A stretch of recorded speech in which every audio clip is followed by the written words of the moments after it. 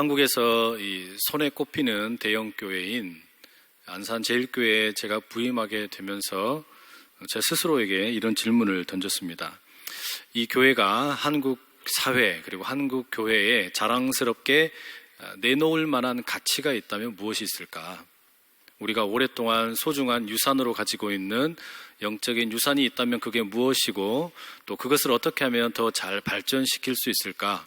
저는 그런 질문을 지난 한 4개월 동안 계속해서 또 앞으로도 던져보려고 합니다. 아직 완벽하지는 않고 또 구체화되지는 않았지만 조금씩 선명해지는 단어가 하나 있다면 그건 가족이라는 단어입니다. 안산제일교회에 처음 부임해서 첫 인상이 그랬습니다. 대형교회스럽지 않다 이런 느낌이었죠. 대단히 가정스럽다, 가족 같다라는 느낌을 많이 받았습니다. 이렇게 커다란 규모와 많은 사람들에 비해서 참 성도님들 사이사이가 대단히 가족 같은 그런 참 친근함을 느낄 수가 있었습니다. 그것은 누가 강요한다고 생겨지는 것은 아닙니다. 지난 55년의 역사 속에 이 건축물 벽돌 한 장 한 장 사이에 그 가족 같은 느낌이 스며들어 있고 그리고 우리 서로의 사이에 그런 시간의 축적과 함께 가족됨이 쌓여 있다라는 것을 느낀 것이죠. 그렇기 때문에 저는 우리 교회에 가장 중요한 영적 자산이 있다면 그것은 가족됨이 아닐까. 그리고 그 가족됨을 어떻게 사회 속에 그리고 우리 교회 가운데 더 많이 흘려보낼 수 있을까 연구해 보려고 합니다.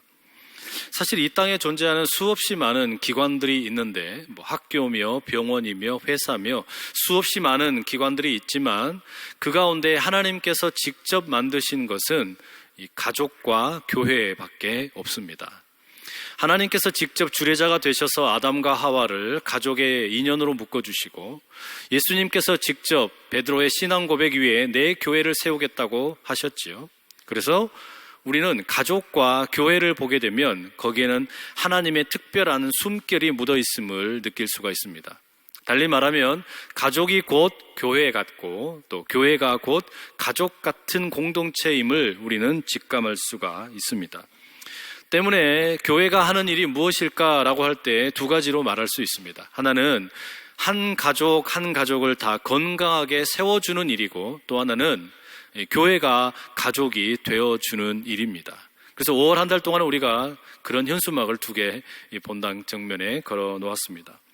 아마 그러면 여러분 이런 질문이 생길 수 있을 겁니다. 왜 하나님께서는 우리에게 가족과 교회를 직접 만드셔서 허락하셨을까? 왜 하나님께서 우리에게 가족이 필요하다고 하셨을까? 왜 하나님께서 우리에게 교회가 필요하다고 하시는 걸까? 이런 질문입니다. 그 이유를 저는 이렇게 답하고 싶습니다. 우리를 조율하기 위해서 하나님께서는 가족과 교회를 특별하게 허락하셨다라는 점입니다. 우리 인생 한 사람 한 사람을 가리켜 저는 악기라는 생각이 듭니다. 모두가 다 독특한 종류의 악기이죠. 그런데 악기는 가만히 내버려 두어서는 아무런 의미가 없고 쓸모가 없습니다. 악기는 연주가 되고 아름다운 음악 소리를 내게 될 때 비로소 존재의 이유를 갖게 되는 것이죠. 그런데 악기라는 것이 아무렇게나 그냥 연주될 수는 없습니다. 언제든지 악기가 연주되기 전에는 먼저 필요한 것이 뭐냐면 조율되는 일입니다. 튜닝이 되어야 하는 것이죠. 그래야만 비로소 그 악기가 가지고 있는 본래 아름다운 소리가 들려지게 됩니다. 그것이 관악기이든지 현악기이든지 절대음을 맞춰서 거기에 절대음을 통해 조율이 되어야만 아름다운 소리가 나오게 됩니다. 그런데 바로 그런 악기의 조율이 필요하듯이 우리 인생에도 조율이 필요하다라는 것이죠. 바로 그런 조율을 담당하는 기관이 어디냐? 바로 가족과 교회인 줄로 믿습니다. 하나님께서는 우리 인생을 조율하시기 위해서 직접 조율사가 되셔서 우리에게 가족과 이 교회를 통해 하나님이 기뻐하는 인생의 아름다운 노래를 불러라고 부르셨다라는 것이죠. 그래서 오늘은 그 인생의 첫 번째 조율을 어디에서 찾아볼 수 있을까? 엄마의 노래라는 제목에서 알 수 있듯이 엄마로부터 찾아지게 되는 조율에 대한 이야기를 나누어 보려고 합니다. 그것을 보통 우리가 이제 태교라는 것으로부터 생각을 해볼 수 있는데요.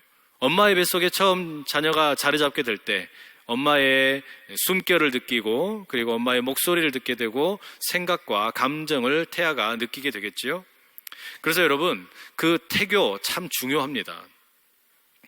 인터넷에 포털 사이트에 들어가가지고 태교 음악 이렇게 입력을 해보았더니 다양한 종류의 이 태교 음악과 관련된 상품들이 나열이 되는 걸 봤습니다. 주로 클래식 그리고 잔잔한 음악이 태교 음악으로 인기가 많이 있더군요.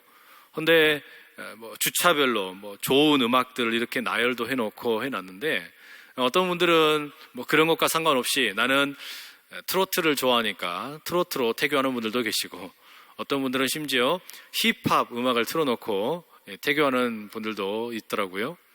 한편은 또 영어로 태교를 해서 그러면 뱃속에 있는 아이가 영어를 좀 잘할 거라는 기대감을 가지고 그렇게 하는 분들도 있는 걸 봤습니다.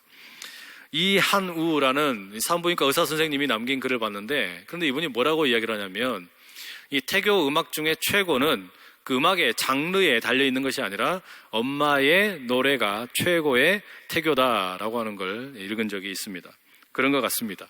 아이가 엄마와 탯줄로 연결이 되어 있는데 그 엄마의 숨결도 느끼고 감정과 생각과 마음을 고스란히 흡수를 하면서 그 엄마를 알아가게 되고 조율이 되는 것이죠. 그렇기 때문에 인생의 첫 번째 조율이 일어나는 자리는 엄마의 노래를 듣는 자리일 것입니다. 오늘 우리가 읽은 본문도 바로 그런 엄마의 노래를 소개해 주는 본문입니다. 한나라는 여인의 노래입니다. 사무엘이라는 아주 걸출한 이스라엘 역사의 위대한 인물의 어머니인 한나가 부르는 노래이죠. 이 한나라는 여인은 본래 엘가나라는 남편을 두고 있었습니다. 이 엘가나라는 남편은 2명의 여인을 아내로 삼았는데 한나와 분인나라는 2명의 아내입니다. 여기 계신 남성분들 중에 아내가 2명이라서 참 좋겠다 그렇게 생각하는 분들 계실지 모르겠는데 아내가 2명이면 아주 치고받고 많이 싸웁니다. 한나와 분인나가 그렇게 싸웠지요. 한나는 임신을 못해서 이 불임의 몸이었기 때문에 자녀를 갖지 못하는데 이 분인나는 아이를 순풍순풍 잘 낳는 겁니다. 그래서 분인나가 한나를 업신여깁니다. 이러니 이 한나가 얼마나 슬펐겠어요. 그래서 엉엉 울고 있는 한나를 달래겠다고 남편인 엘가나가 찾아가서 내가 너를 더 사랑한다, 내가 너에게 먹을 걸 더 많이 줄게, 사탕도 더 줄게, 아무리 달래도 소용이 없습니다. 그래서 뭐라고 이야기하냐면 내가 그대에게 10 아들보다 낫지 아니하냐. 여러분, 이게 위로가 되겠습니까? 이게 위로가 되겠다고 이런 한심한 소리를 하는 건지, 그럴 거면 처음부터 아내를 1명만 둘 것이지 뭐 하려고 2명을 다 가지고 이런 생고생을 하는지 모르겠다는 말이죠. 자신이 임신을 못한다라는 생각 때문에 좌절한 이 한나라는 여인은 그 안타까운 마음을 하나님의 전에 찾아가서 토로합니다. 그리고 하나님께서는 그 한나의 기도를 들으시고 선물로 아들을 주시죠. 이 기가 막힌 기적이 일어난 겁니다. 그래서 그 아들 낳고 너무 기뻐서 노래한 것이 오늘 본문입니다. 1절 말씀 이렇게 되어 있죠. 한나가 기도하여 이르되 내 마음이 여호와로 말미암아 즐거워하며 내 뿔이 여호와로 말미암아 높아졌으며 내 입이 내 원수들을 향하여 크게 열렸으니 이는 내가 주의 구원으로 말미암아 기뻐함이니이다. 얼마나 기뻤으면 아들 낳은 것을 심지어 구원에다가 비유를 하고 있습니다. 내가 마치 죽을 고생을 하고 있었고 저 못된 분인나라는 계집에게 맨날 내가 놀림을 당했는데 이제는 내가 구원받았다. 한나가 그렇게 노래를 하는 겁니다. 그러면서 뭐라 그러냐면 1절 말씀 보면 내 뿔이 여호와로 말미암아 높아졌다 이렇게 비유를 합니다. 그렇다고 한나가 소나 사슴은 아닙니다. 자신의 뿔이 높아졌다 이런 표현은 히브리 문학의 승리를 표현하는 관용적인 표현이죠. 그래서 자녀를 낳은 것이 그 뿔이 달린 짐승들이 서로 싸워서 이겼을 때 뿔을 들고 우 하는 것처럼 좋다, 기쁘다 이런 감정을 표현하고 있는 거죠. 하지만 여러분, 이 사무엘서에 기록되어 있는 한나의 기도를 그렇게 단순하고 가볍게 읽을 수는 없습니다. 단지 어린아이 하나를 낳게 된 한 불임 여성의 고통이 끝난 이후에 감격스러운 그런 노래로 읽을 수는 없다라는 말이죠. 왜냐하면 이 사무엘서라는 성경 자체의 성격이 바로 이 한나의 여인의 경험 속에 응축되어 있기 때문입니다.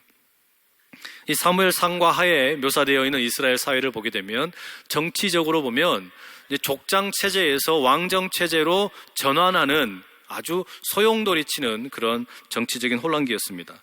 본래는 사사들에 의해서, 이 사사라 그러면 족장들이 추대해서 임시적으로 다스리는 인물로 그렇게 삼았던 시대입니다. 그런 정치적인 혼란기였고요. 뿐만 아니라 종교적으로도 상당히 어려운 시대였습니다. 이 당시 한나가 기도하는 당시에 이스라엘의 사사이자 제사장이 엘리라는 사람이었습니다. 그런데 이 엘리라는 사람에게 홈니와 비느하스라는 두 아들이 있었는데, 이 제사장 집안이 예배를 제대로 집례를 안 하는 겁니다. 종교가 타락을 한 겁니다. 하나님을 제대로 예배하지 않고 심지어 성적으로 타락한 일이 아주 빈번하게 있었습니다. 종교적인 타락이 있었다. 또 하나는 외교적으로도 이스라엘 사회가 쉽지 않았습니다.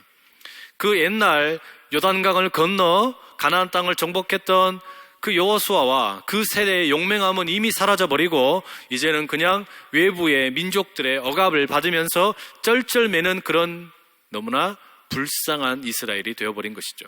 그런 위협 세력 가운데 대표적인 것이 바로 블레셋이라는 민족이었습니다. 이렇게 정치적으로 또 종교적으로 그리고 외교적으로 힘든 시대를 살고 있던 시대이다 보니 어디 민초들의 삶이 쉬웠겠습니까? 누구 하나 쉽게 그리고 편안하게 살지 못하는 삶이었습니다. 바로 이렇게 혼란한 시대를 묘사하고 있는 가운데 사무엘서 제일 앞부분에 한나의 이야기가 등장하고 있는 것은 단지 한 여인의 불임을 극복한 산부인과에서 들을 만한 이야기가 아니라는 말이죠. 지금 임시를 못하고 있는 한나, 이 불임을 하게 된 이 한나라는 여인은 정치적으로 종교적으로 외교적으로 갈 때까지 가버린, 그야말로 망하기 일보 직전에 있는 그런 이스라엘을 상징적으로 보여주고 있습니다. 아이를 낳지 못하는 생명력을 잃어버린 한나, 불임의 여성처럼 이스라엘이 지금 그렇게 불임 상태에 있다. 그것이 한나라는 여인에게 나타나 있는 겁니다. 여러분, 이렇게 불모의 땅이 되어버렸을 때, 생명의 기운이 없을 때, 또 정치적으로나 종교적으로나 외교적으로나 문제가 가득할 때 뭐가 필요하겠습니까? 이런 문제들을 해결할 수 있는 지도자이겠죠. 이 지도자가 필요합니다. 건강한 마음과 정신과 계획을 가지고 민족을 향하여 비전을 던져줄 수 있는 제대로 된 인물이 필요하겠지요. 바로 그 인물이 한나라는 불임의 여성으로부터 태어나게 됩니다. 그가 바로 사무엘이죠. 그런데 여러분, 이 사무엘이 어떻게 준비되었습니까? 사무엘은 그냥 준비된 것이 아니라 바로 엄마의 기도를 통해 준비가 되었습니다.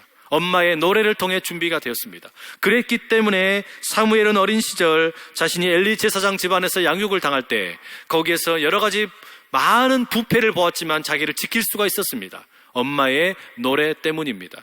심지어 이제 이 민족의 지도자가 되어서 백성들로부터 요구를 받습니다. 왕을 세워주십시오.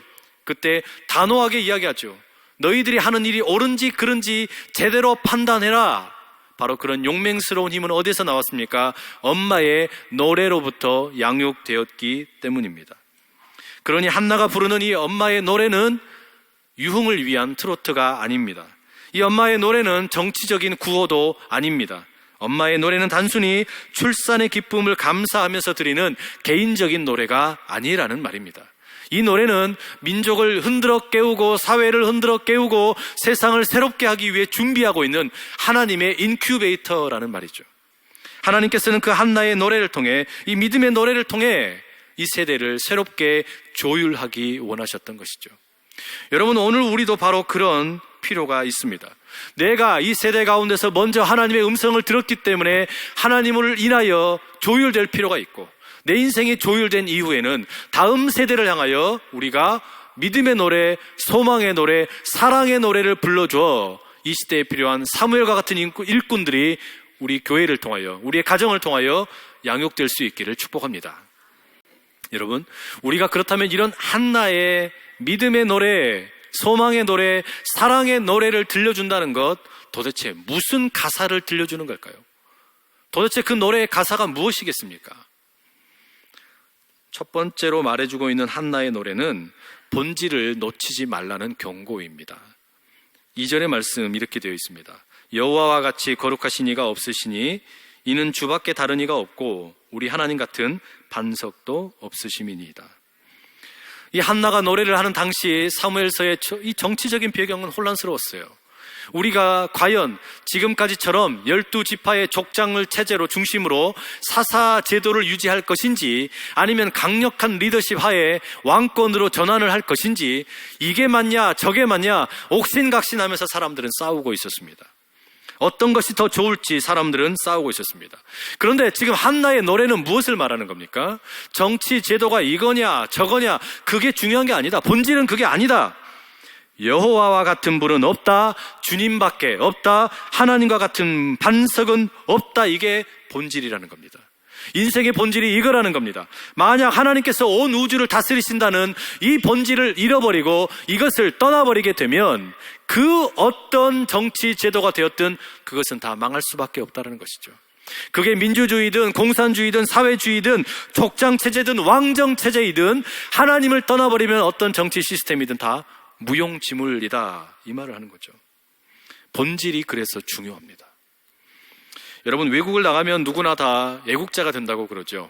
외국에 나가서 한국의 기업 제품을 만나면 그렇게 반가울 수가 없습니다.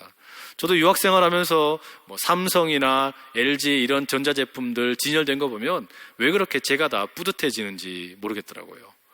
길가에 한국 자동차들이 다니면 그렇게 기쁠 수가 없습니다. 자동차가 필요해서 중고차 매매상에 가서 차를 구입을 하려고 하는데, 그때 이 중고차 딜러에게 물었지요. 어떤 차를 구입하면 좋습니까? 그랬더니 뭐라 그러냐면 단반에 일본 차가 좋습니다. 일본 차가 잔고장도 없고 잘 달립니다. 이러는 거예요. 그래서 제가 물었어요. 그럼 한국 차는 어떻습니까? 한국 차는 솔직히 평가를 해서 이렇게 이야기하는 겁니다. 비슷한 동급의 차종 가운데 가격이 쌉니다. 중고차 값이 쌉니다. 그런데 잔고장이 많습니다.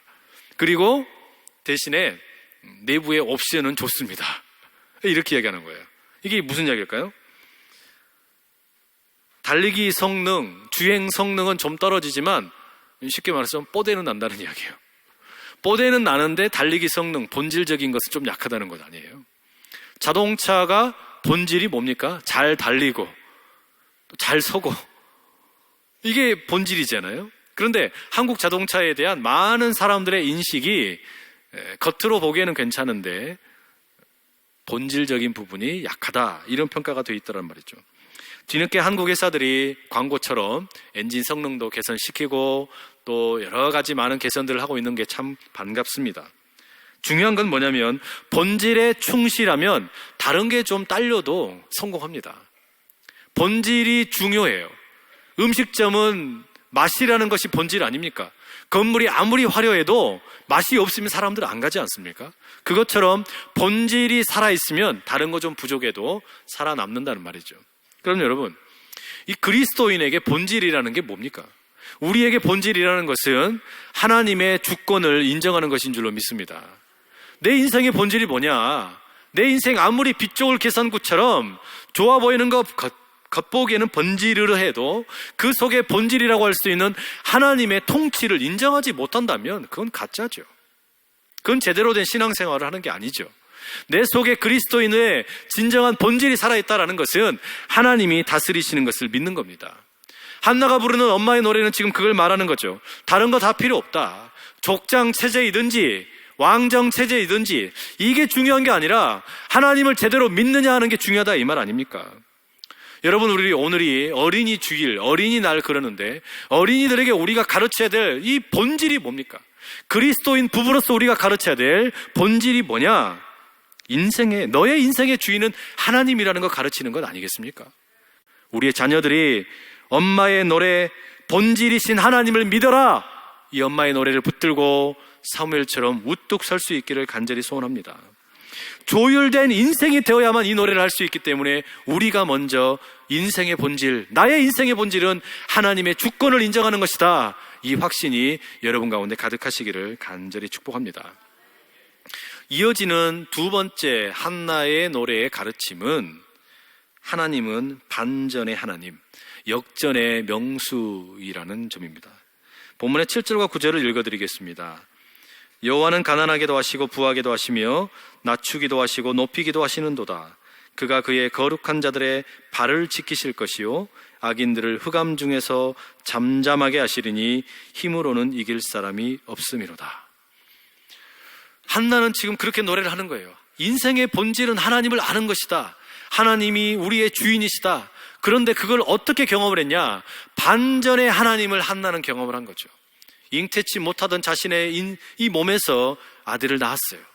바로 그것을 보면서 주변의 인생을 돌아보면서 깨달은 것이 있는 겁니다. 하나님은 이처럼 반전을 일으키시는 분이구나.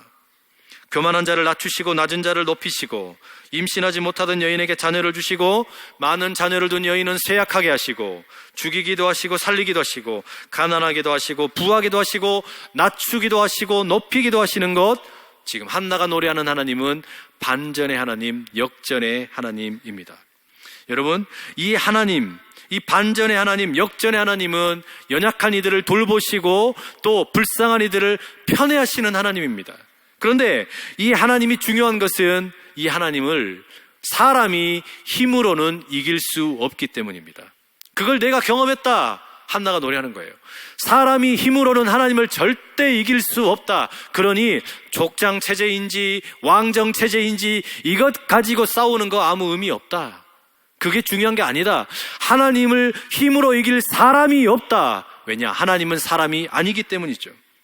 바로 그것을 한나는 지금 믿음으로 노래하고 있는 겁니다. 우리의 노래 속에도 이 반전의 하나님에 대한 고백이 가득하기를 축복합니다. 이 반전의 하나님에 대한 고백은 성경 속에 가득합니다. 별 볼 일 없던 인생 아브라함을 택하셔서 믿음의 조상으로 삼으시고, 그리고 출애굽 백성, 그 이스라엘 백성들, 애굽의 노예로 살고 있던 그들을 택하셔서 자유인이 되게 하시고, 겁쟁이 기드온을 택하셔서 용맹한 사사가 되게 하시고, 그리고 심지어 양치기 냄새나는 다윗을 위대한 성군, 임금으로 만드신 하나님, 반전의 역사를 이루신 그 하나님께서 별 볼 일 없는 우리의 인생, 그리고 우리의 자녀의 인생을 반전의 인생으로 바꿔주시기를 간절히 소원합니다. 이 은혜는 예수님의 삶을 통해서 가장 분명하게 드러나지 않습니까?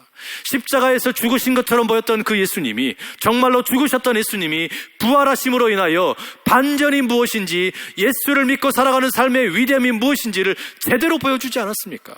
지금 그리스도인의 삶이 세상이 보기에는 별 볼 일 없어 보이고 아무것도 아닌 것처럼 보일지 모르지만, 그러나 세상이 보기에 별것 아닌 것 같은 인생이 돌이켜놓고 봤더니 정말 위대한 인생이구나.